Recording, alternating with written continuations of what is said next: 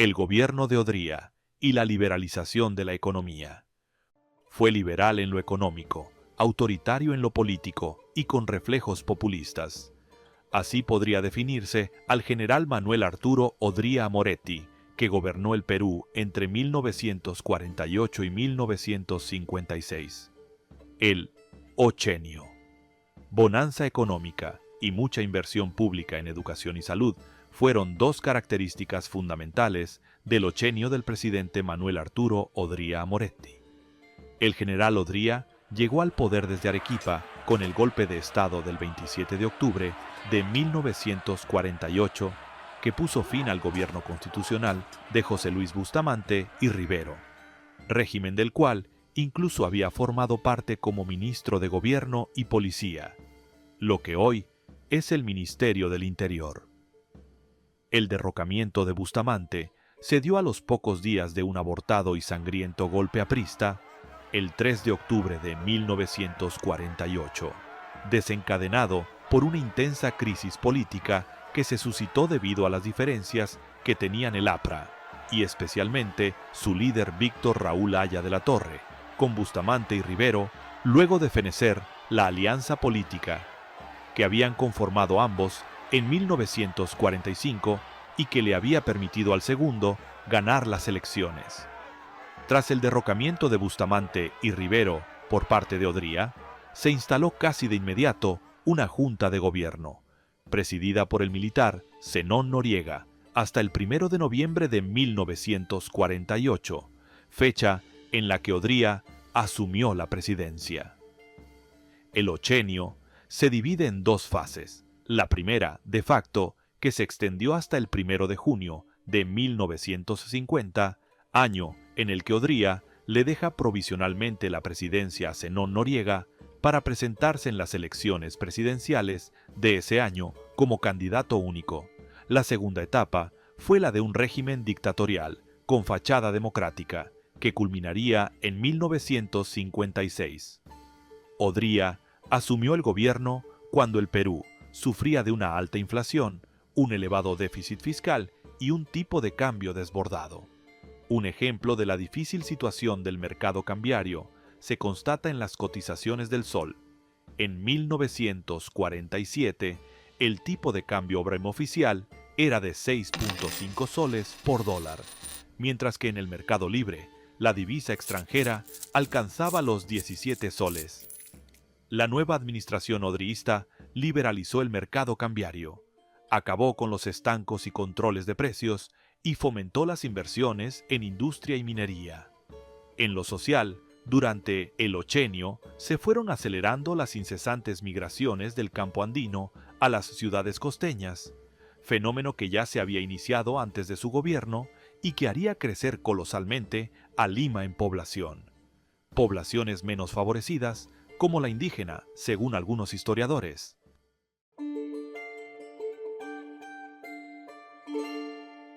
Estrechas relaciones con Estados Unidos y la Misión Klein. Las relaciones de cooperación con Estados Unidos también fue otro factor clave para los planes de Odría y el desarrollo del país.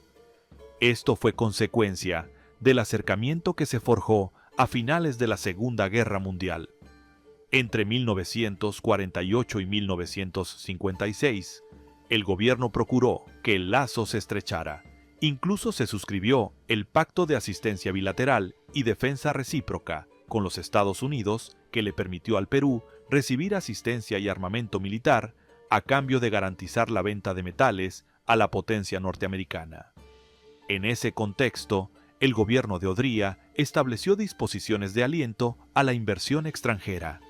Si bien un ejemplo es el Código de Minería, también puede observarse como muestras de ello la Ley del Petróleo, 1952, y la Ley de Electricidad, 1955, la cual asignó una tasa fija de beneficios a los inversionistas dedicados a este sector.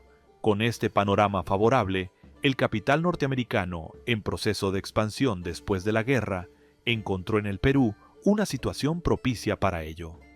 De otro lado, si bien el gobierno de Bustamante y Rivero ya había contado con una serie de recomendaciones del Fondo Monetario Internacional, FMI, durante su último año de gestión, Odría se apoyó en una nueva asesoría de los Estados Unidos, la Misión Klein, un equipo de economistas y banqueros de ese país que tuvo influencia en la política económica. Entre 1949 y 1955. Algo similar sucedió en Chile, donde el mismo grupo asesoró al gobierno del general Carlos Ibáñez del Campo entre 1955 y 1958. Una de las medidas resultantes de la Misión Klein fue la liberalización del sistema. Así, la administración de Odría dejó de lado el tipo de cambio oficial, fijado en 6.5 soles por dólar, y se permitió el uso de certificados de exportación por parte de los exportadores. Estos certificados podían ser equivalentes al valor total de la mercadería comercializada con el exterior. Siempre que había un ingreso en dólares estadounidenses, francos o libras esterlinas, estos debían ser entregados al Banco Central de Reserva, el cual entregaba a cambio los certificados que eran totalmente negociables. En el caso de los pesos argentinos, el monto a cambiar era el 10% de los ingresos. Si por el contrario se trataba de otras divisas, éstas podían cambiarse con libertad. Estas medidas dieron como resultado una apreciación temporal del sol ante el dólar, algo que luego volvió a revertirse ligeramente conforme se redujo la oferta de la moneda extranjera en el Perú. No obstante, el mercado cambiario presentaría un mejor panorama que en los años previos, gracias a que el gobierno impulsó las exportaciones y atrajo inversión extranjera, lo que generó un flujo positivo de divisas al Perú. En el caso de la minería, se promulgó un nuevo Código de Minería en mayo de 1950, el cual sentó las bases para el desarrollo de este sector al reducir la carga impositiva para esta actividad, otorgándole una estabilidad tributaria durante los siguientes 25 años. Las exportaciones de metales crecieron 8,9% anual entre 1948 y 1956.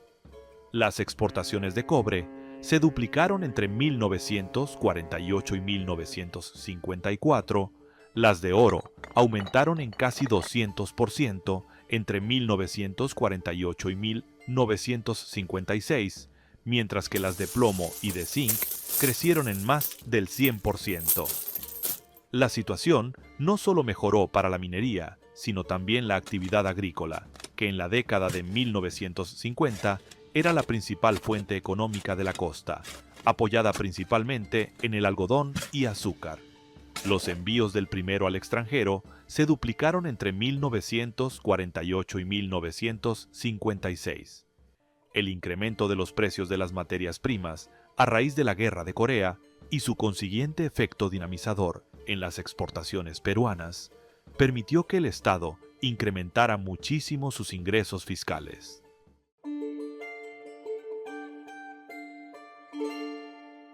Gasto público expansivo.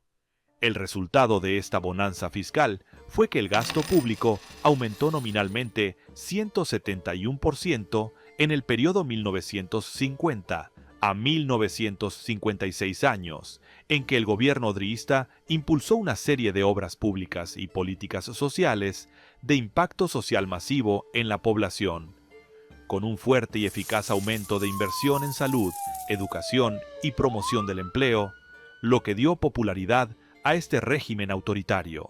Durante esos 6 años, los recursos destinados a la educación pasaron de significar el 14.63% del gasto público a un 19.21%, mientras que en salud la variación fue de 1.82% a 4.81%. Asimismo, el monto destinado a las obras públicas se incrementó de 5,68% a 9,33%.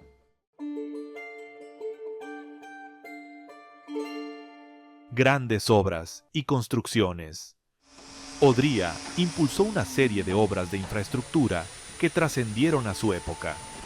Entre hospitales, viviendas, centros de esparcimiento y el Estadio Nacional de Lima, estas edificaciones otorgaron una luz de modernidad a nuestro país en la década del 50. Algunas de las obras públicas que se desarrollaron fueron el Centro Médico Naval, el Hospital Militar Central y el Ministerio de Educación frente al Parque Universitario, el edificio más alto del Perú en aquella época, hoy sede de la Corte Superior de Justicia de Lima. Entre 1950 y 1952, el mayor incremento en gestión se centró en obras de irrigaciones, mientras que en los 2 años siguientes destacó el incremento en transportes y comunicaciones, para finalmente, en los últimos años, aumentar la inversión social destinada a vivienda y construcción. En 1951 se cerró el Estadio Nacional en Lima, donado por el Reino Unido por el centenario de la independencia, y se derrumbó para el surgimiento de la actual sede. Las tribunas de madera que se usaron en los partidos anteriores, entre los de Alianza Lima y Universitario, se enviaron a otros escenarios deportivos del interior del país, como también del Estadio Lolo Fernández del Club Universitario de Deportes. Ese mismo año, el presidente de la Sociedad de Beneficencia de Lima, Miguel Dazo, alentó a la reconstrucción de este nuevo coloso. Pasó de tener una sola tribuna de madera a tener una capacidad de 55,000 espectadores. Las tribunas se construyeron de cemento y los lados de norte y sur podían albergar 16,000 hinchas cada una, mientras que las tribunas principales de oriente y occidente tenían 3 bandejas, alta, baja e intermedia. La torre de la tribuna norte contenía los palcos oficiales.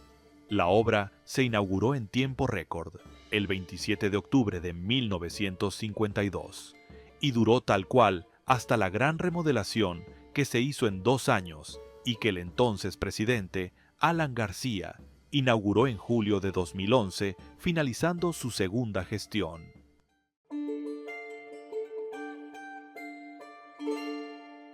Centros cívicos y de esparcimiento. Odría prestó atención también al sector de esparcimiento e impulsó los centros cívicos, lugares en los que la población podía satisfacer diversas necesidades, pues estaban conformados por oficinas de administración, jardines de la infancia, cine, zona comercial, iglesia, posta sanitaria, oficina de correos, puesto policial, restaurante, cafetería, campo deportivo y centro comunal. Oficinas del servicio social, salones de clases, de costura, de tejido y labores caseras varias, gran salón de fiestas, salas de estar y de juego de diversa índole. La prensa cercana al gobierno resaltaba esos centros como espacios ideales para las familias, para alcanzar el bienestar. El Centro Vacacional Huampaní fue una de las obras bandera de la época. Fue inaugurado en 1955 y construido por la Corporación Nacional de Vivienda. Podía atender a más de 1,000 personas, entre bungalows y pabellones de un albergue juvenil, algo muy novedoso en ese momento.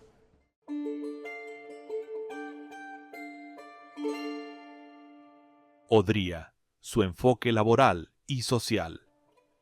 El gobierno de Odría también vio las necesidades de la población con menores recursos y las atendió para reducir el descontento social que heredó de la administración de Bustamante y Rivero.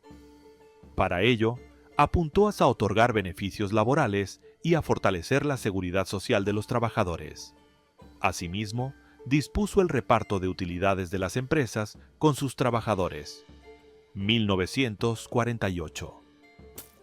También estableció el salario dominical, incrementó las pensiones a los jubilados y las gratificaciones. Igualmente, el pago por tiempo de servicios, las compensaciones o CTS de hoy y el fortalecimiento de la indemnización por accidentes laborales. Odría estableció que el monto comprendido aumentara del 33% del salario al 70% en caso de incapacidad absoluta, y luego creó el seguro social obligatorio del empleado para la protección del empleado público y particular en los riesgos de enfermedad, maternidad, invalidez, vejez y muerte. Con Odría, la salud pública ocupó un lugar preferente que implicó la construcción de varios hospitales bajo el modelo del Hospital Central de Seguro Social del Empleado, hoy Rebagliati en Jesús María. Con la Ley número 11.672 se proporcionaron recursos para mejoras sanitarias, en prevención de enfermedades y servicios asistenciales. Ligado al gasto en salud, estuvo la inversión en vivienda. Se levantaron casas de bajo costo para los obreros, unidades vecinales y agrupamientos, estos dos últimos dirigidos a familias de clase media.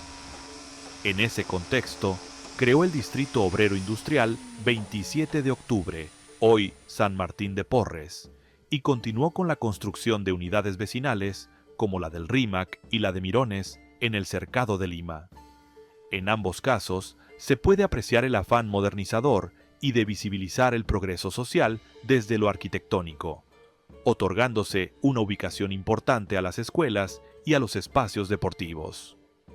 Odría, de ese modo, conectó con las necesidades populares y se ganó su simpatía.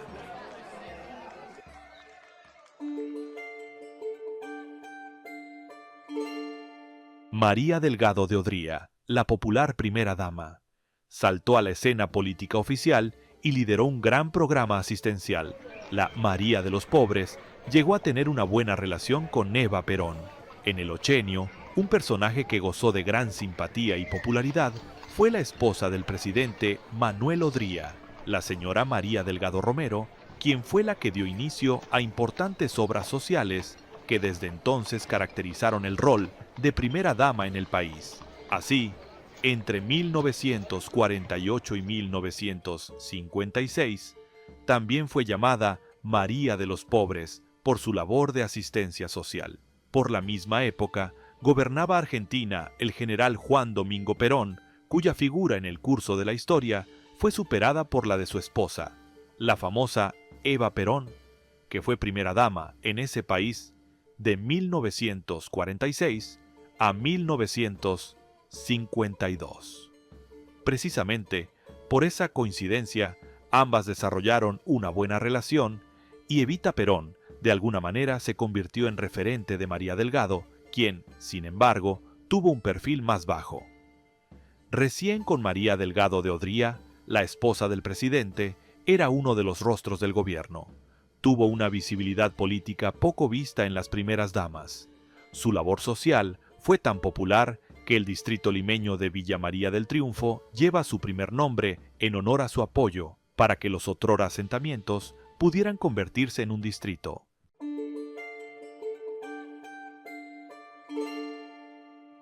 Obras de asistencia social.